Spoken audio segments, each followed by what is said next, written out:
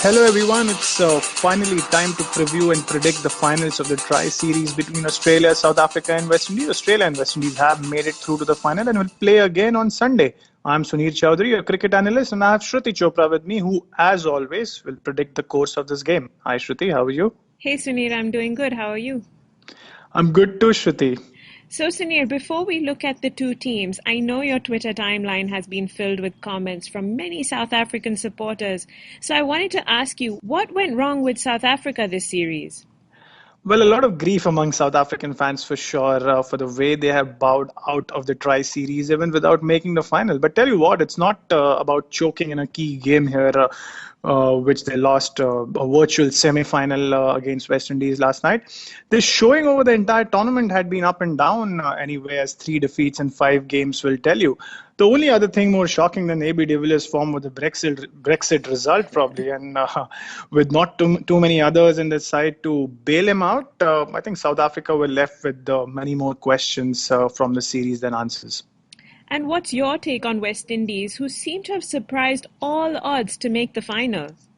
Well, they did surprise me for sure. I don't know about the odds, but 3 wins from their 6 matches is exactly 3 matches more than what I thought West Indies would win in this series. And to be fair to me, they had some of the better players dropped from the side. The cricket board acted in a manner that was, well, at best strange to say.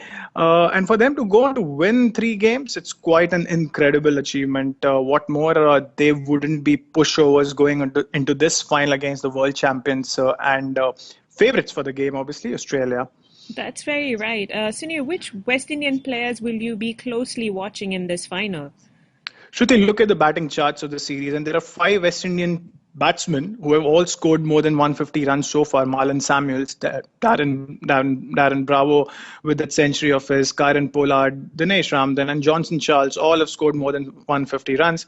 And effectively, what that's done is it's taken the sting out of the absence of the likes of Chris Gayle, Dwayne Bravo, and Andre Russell, with 3 batsmen who can take games away on their own. They are one-man army in a lot of matches. So in that sense, it would be tough to call out for one player to watch out for, but I would love for Samuels to bat long enough to get under the skins of their opposition. It has made for some interesting viewing over the series, and it could do the same in this final as well. Moving on to you, Shruti, does this West Indian team fill your heart with a lot of hope in this final, Shruti? My heart is always filled with hope and optimism. In fact, I am quite positive for the West Indies and the way in which they will closely compete against the Australians. There are bound to be differences between both sides, and you know what? These differences may not be too big. West Indies will have to be more careful with their bowling. It may appear too flustered from the aggressive style of batting it will face.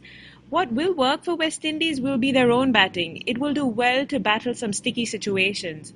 On a final point here for the Windies, the cards do advise them to be more careful while fielding. Australia now. You think Australia hold the edge going into this final against the hosts? See, Shruti, not only are they the world champions and the world number 1 in a couple of formats, in fact, Tests and ODIs, they will also be playing on a flat, bouncy track at Barbados. And this makes Australia heavy favorites. But hey, Australia looked like they had no answers in that second game against the West Indies when the hosts chased down 266 for a win. And Australia were in a must-win situation going into the final league game as well. So those are the things that could give West Indies some hope and some sort of an edge. Obviously, Mitchell Starc's presence, if the selectors deem it right to pick him for this important game, could make the difference, as could Adam Zampa's. But again, it will boil down to whether he is played in this game or no. We all know that Zampa wasn't selected in the previous 2 games because the pitch behaved in a certain manner. Well, you spoke of Stark and Zampa. What about their batting in the absence of Warner? I think the Aussie batting came close to batting to their fullest potential in that chase against West Indies last game. Steven Smith has now scored 350s in 4 games. One of them was abandoned due to rain against South Africa. And he's on that kind of a role that had made him one of the best in the world in the previous 18 months or so. So when he gets into that kind of a mode, bowlers rarely find it easy to pick up what to bowl at him. And he ends up frustrating those bowlers, building their impatience up and then pushing them into bowling bad balls. I'm expecting more of the same in this final.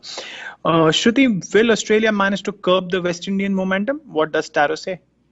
Australia are into a nice rhythm. They're feeling comfortable with their skill and the match conditions. The batsmen are sensibly cautious at the start. As they begin to build a partnership, they will accelerate this into a strong innings. On the other hand, bowlers will need to be a lot tighter, especially at the start. As they understand this, they should gain better control over their line and length and, in fact, be a lot more effective. The cards do have some advice for the Australians too, and that is to maintain focus more towards the end of the game, which is where I think they will just, not be as impactful as they could be. So overall, this should be a tough competition between both teams. They will both work hard, and that sort of application will make it a treat to watch. Now, are you gunning for an Aussie win, or can West Indies spring up a surprise? I think Australia favorites for me, but I say that with the wariness of a guy who didn't expect West Indies to get to the final. So my hands up there. Yes, it could be a tough match. It could also be a grudge final, given what has transpired between these two teams over the previous few matches. And West Indies and Australia have a history behind them. Ever since the likes of Pollard and Stark have gone up against each other. But I think this could be one that could go either way till the very end, with the Australia just about edging them in the final analysis. You, Shruti, your call? Well, it's a tight call for me, but with some important moments going their way, it's Taro advantage Australia.